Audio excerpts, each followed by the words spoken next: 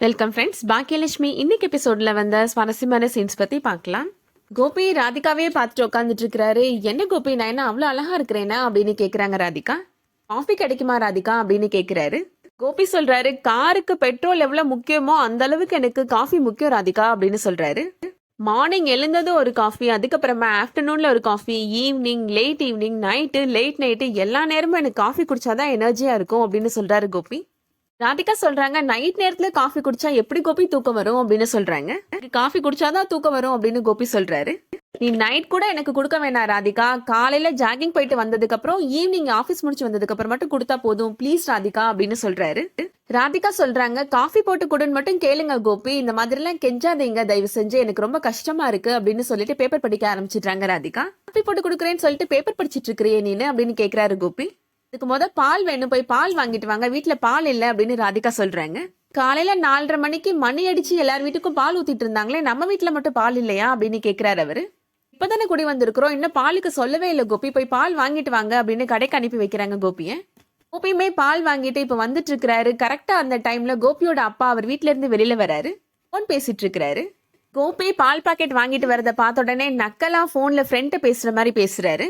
என்ன குமாரசாமி, உன் நிலைமை கடைசி இப்படி ஆயிடுச்சே அப்படின்னு சொல்றாரு. வீட்டுல இருக்கிறப்ப இங்க இருக்க துரும்ப தூக்கி அங்க போட மாட்டேன், நினைச்ச நேரத்துக்கு கையில காஃபி கிடைக்கும், நல்லா கெத்தா தானே இருந்த அப்படின்னு சொல்றாரு. இந்த வாழ்க்கை வேணான்னு தானே தூக்கி போட்டு போன, நீ சொம்பு தூக்குறதே நான் பார்க்கதான் போறேன் அப்படின்னு கிண்டலா பேசுறாரு. இல்ல காலையில வச்சு செஞ்சுட்டாரு இவரு அப்படின்னு சொல்லிட்டு கோவமா இப்ப வீட்டுக்குள்ள போறாரு கோபி. ராதிகா கோபியே கவனிக்காம மயுக்கே வேலை பார்த்துட்டு இருக்கிறாங்க. ஆபீஸ் போகும்போது கடையில குடிச்சுக்க வேண்டியதான் காஃபியா அப்படின்னு கோபி நினைச்சிடுறாரு. அடுத்ததா பாக்கியா வீட்டுல நடக்கிறத காமிக்கிறாங்க. இப்போ வர்ஷினி எழிலுக்கு கால் பண்றாங்க. ஆபீஸ்க்கு வந்துடுறேன் வர்ஷினி அப்படின்னு எழில் சொல்லிட்டு இருக்கிறாரு. செல்வி இப்போ எழில்கிட்ட கேக்குறாங்க, என்ன தம்பி அந்த ப்ரொடியூசர் பொண்ணுகிட்ட தானே பேசிட்டு இருக்கிறீங்க அப்படின்னு கேக்குறாங்க. ஆமாக்கா அப்படின்னு எழில் சொல்றாரு. அந்த பொண்ணுக்கு உங்களை ரொம்ப பிடிக்கும் போல அப்படின்னு சொல்றாங்க. பாக்கியா சொல்றாங்க, என் பிள்ளைய யாருக்கு பிடிக்காம போகும் அப்படின்னு சொல்றாங்க. அந்த பொண்ணுக்கு உங்க மேல ஒரு கண்ணு தம்பி, அவங்க பார்த்த பார்வையிலே எனக்கு தெரிஞ்சிச்சு அப்படின்னு சொல்றாங்க. அந்த பொண்ணுக்கும் உங்களுக்கும் ஏதாவது இதுவா அப்படின்னு கேக்குறாங்க செல்வி. அதெல்லாம் ஒரு இதுவும் கிடையாதுக்கா அப்படின்னு எழில் சொல்றாரு. இந்த மாதிரி விஷயங்கள்லாம் என் கண்ணுக்கு தெளிவா தெரியும், அதெல்லாம் நான் கண்டுபிடிச்சிருவேன் அப்படின்னு செல்வி சொல்றாங்க. அக்கா சொல்றாங்க, கையில இருக்க கீரையில ஏதாவது பூச்சி இருக்கான்னு கண்டுபிடி, தேவையில்லாதெல்லாம் கிளப்பி விடாத அப்படின்னு சொல்றாங்க.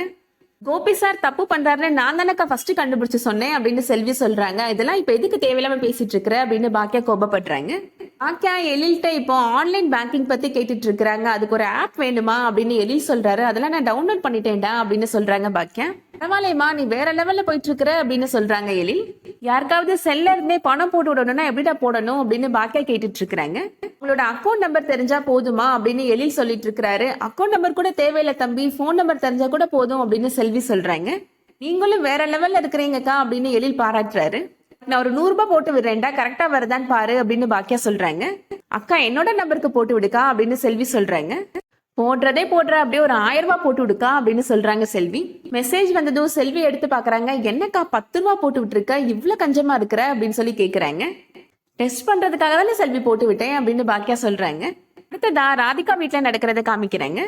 கோபி ஆபீஸ்க்கு கிளம்பி ரெடியாகி வராரு. ராதிகா கோபிக்கு காஃபி கொடுக்குறாங்க.